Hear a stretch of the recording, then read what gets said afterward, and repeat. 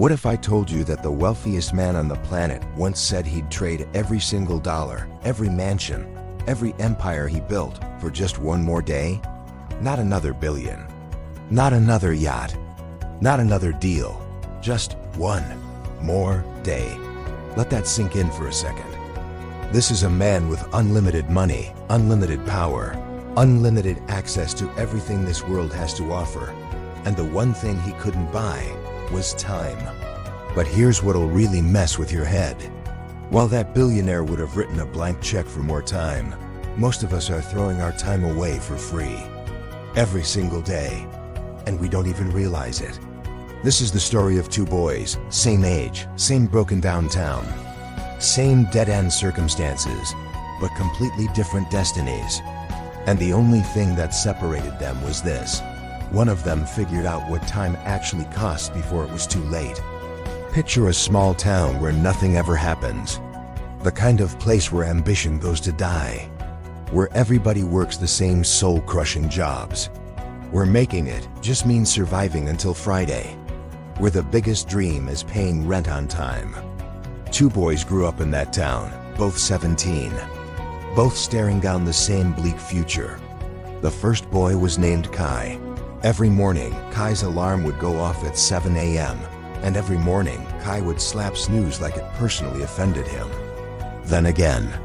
Then one more time. Finally dragging himself out of bed at 7:45, throwing on whatever clothes didn't smell terrible, stumbling to school looking like he'd already given up on the day. In class, the phone was always out, always hidden under the desk. TikTok, Instagram, YouTube Shorts. An endless, bottomless scroll of other people living their lives. After school, backpack dropped at the door, laptop open, games until dinner, scroll until midnight, pass out, wake up, repeat. And every single night, right before he fell asleep, Kai would whisper the same promise to himself. Tomorrow I'll study. Tomorrow I'll learn that skill. Tomorrow I'll actually do something with my life. But tomorrow never came. Because when tomorrow finally showed up, it was just another today. And today was for scrolling. Kai had dreams once, real ones. He wanted to be somebody. Wanted to build something. Wanted his life to mean something. But dreams are heavy. And scrolling is easy. So he scrolled. The second boy was named Eli. Eli lived 3 houses down from Kai. Same cracked sidewalks. Same underfunded school. Same teachers who'd stopped caring. Same ceiling of nothing hanging over his head. From the outside, Eli and Kai looked identical. But something had happened to Eli 6 months ago that changed everything. His grandfather passed away. And in his final moments, the old man grabbed Eli's hand with whatever strength he had left and whispered, "I would give up everything, just to see one more sunrise. Don't waste them the way I did, son." Those words didn't just hit Eli, they haunted him. That night he couldn't sleep. So he did the math. If he lived to 80 years old, he had roughly 22,000 days left. 22,000 sunrises. That sounded like a lot, until he realized he'd already burned through 6,250 of them. 6,000 days, and what did he have to show for it? Nothing. Not a skill, not a dollar saved. Not a single thing built. He had spent 6,000 days and had absolutely nothing to show for it. That was the night Eli decided to treat time like money. Actually, not like money.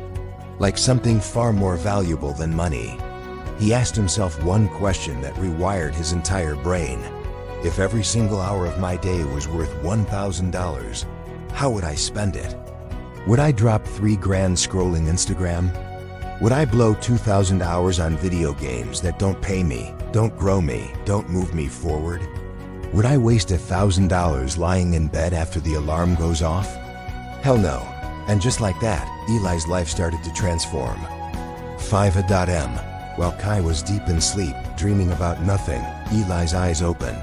No snooze button. No negotiating with himself. No 5 more minutes.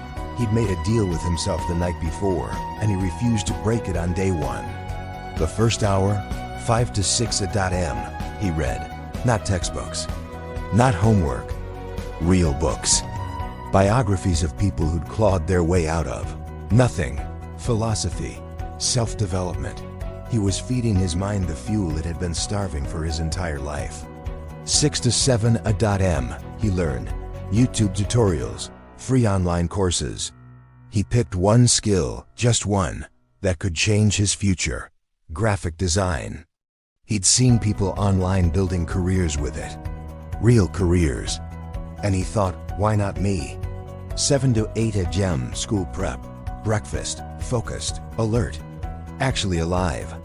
At school, while Kai was hiding his phone under the desk, Eli was present. Taking notes. Asking questions. Not because he suddenly loved school, he didn't. But because he realized that even a boring classroom teaches you something more valuable than the subject matter. It teaches you how to focus, how to absorb, how to push through things you don't feel like doing. That's a skill that pays forever.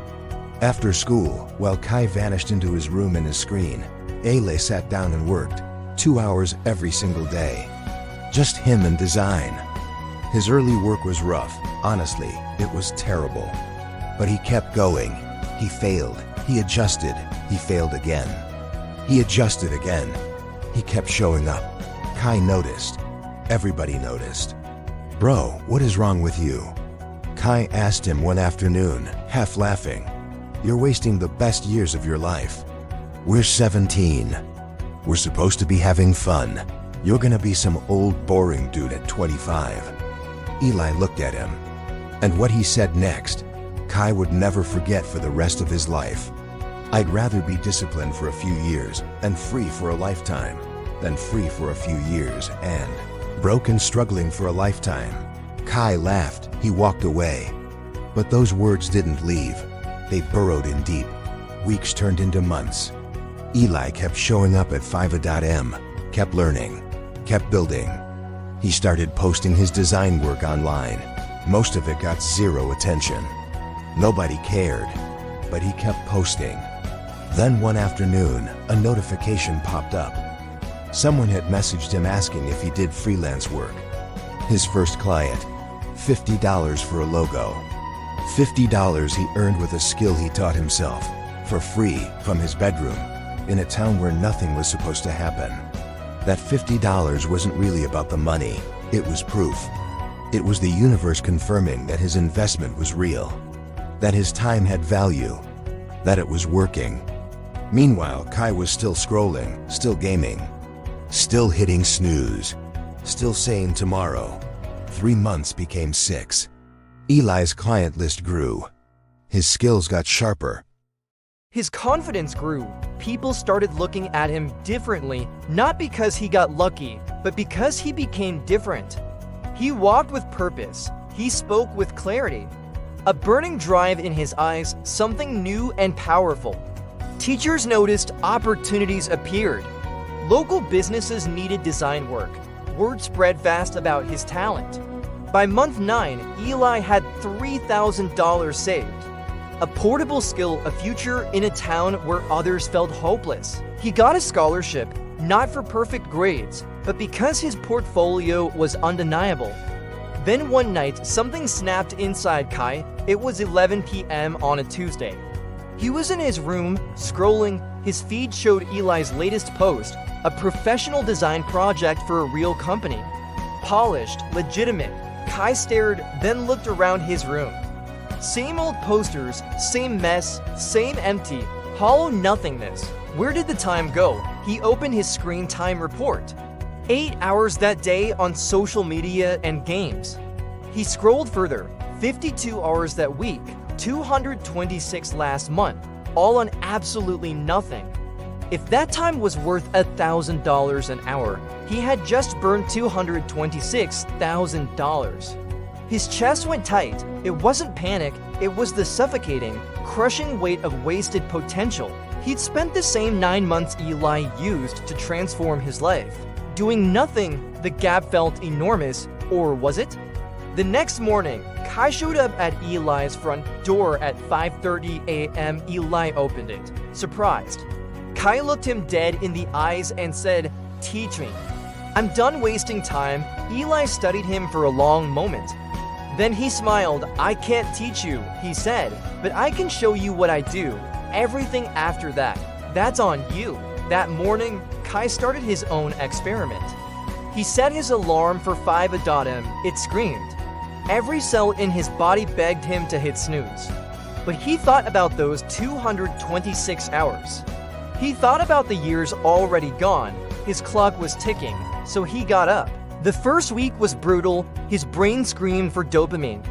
His body ached from early mornings. Every part of him wanted to quit. But instead of quitting, he tracked every hour. Wrote it down, no rounding up productive time. No ignoring wasted time, just raw, uncomfortable honesty. By the end of week 1, he had recovered 25 hours from scrolling and gaming. 25 hours he poured into learning to code, something he'd always been curious about. Week 2, another 25 hours back. His first simple program ran and actually worked. Week 3, another 25 hours reclaimed. He started feeling sharper, more focused. More like someone going somewhere. People around him felt it. His mom asked what had gotten into him. His teachers saw a different kid. Even his old friends, the ones who used to scroll next to him, started asking what changed. What changed was devastatingly simple.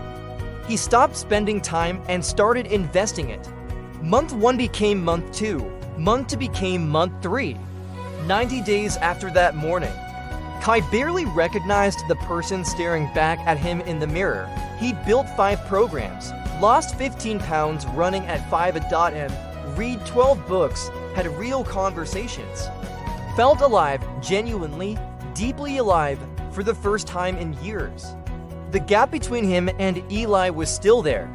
Eli had a 9-month head start, but the gap had stopped growing.